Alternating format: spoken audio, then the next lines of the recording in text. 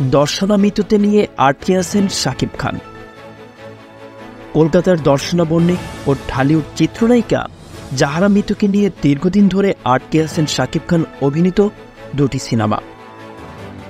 মুক্তির মিছিলে এ দুটি সিনেমা কবে আসবে সে বিষয় নিয়ে নানান রয়েছে অনিশ্চয়তা।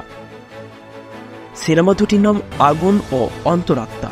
চিত্রনায়িকা জাহরা মৃত্যুকে নিয়ে আগুন সিনেমার কাজ শুরু হয় 2019 সালে। প্রায় 5 বছর আগে এই সিনেমার শুটিং শুরু হয়। মাঝে প্রযোজকের কিছু আর্থিক জটিলতায় এই সিনেমার কাজ বন্ধ রাখা হয়। 2022 সালের শেষের দিকে এই সিনেমার শুটিংয়ের কাজ পুরোপুরি শেষ হলেও সিনেমাটি মুক্তির কোনো তোড়জোড় নেই। একই অবস্থা অন্তরাত্মা সিনেমার ক্ষেত্রেও। কলকাতার দর্শনা বণিকের বিপরীতে অভিনয় করেছেন শাকিব খান। এই ছবিটিও মুক্তির দেখা পায়নি। 2021 সালে শুটিংয়ের কাজ শুরু হয়ে সে বছরই এই সিনেমার কাজ পুরোপুরি শেষ হয়।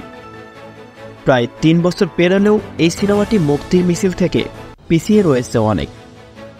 এই প্রসঙ্গে এক সাক্ষাৎকারের সংবাদ মাধ্যমে অন্তরাত্মা সিনেমার পরিচালক অজেত আলী জানান, কোনো কারণে প্রযোজক সিনেমাটি মুক্তি দিতে চান না। মুক্তির জন্য সঠিক সময় এলেই মুক্তি দেওয়া হবে।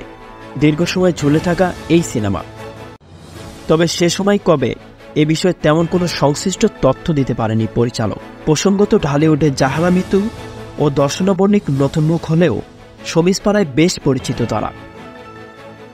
অন্যদিকে সিনেমার নায়ক শাকিব খান তার জনপ্রিয়তায় কাঁপিয়ে বেড়াচ্ছেন দেশীয় ও কলকাতার সিনেমা ইন্ডাস্ট্রি। শোবিজ অঙ্গনের এ পর্যন্তই। পরবর্তী আপডেট পেতে আমাদের সাথেই থাকুন। ধন্যবাদ।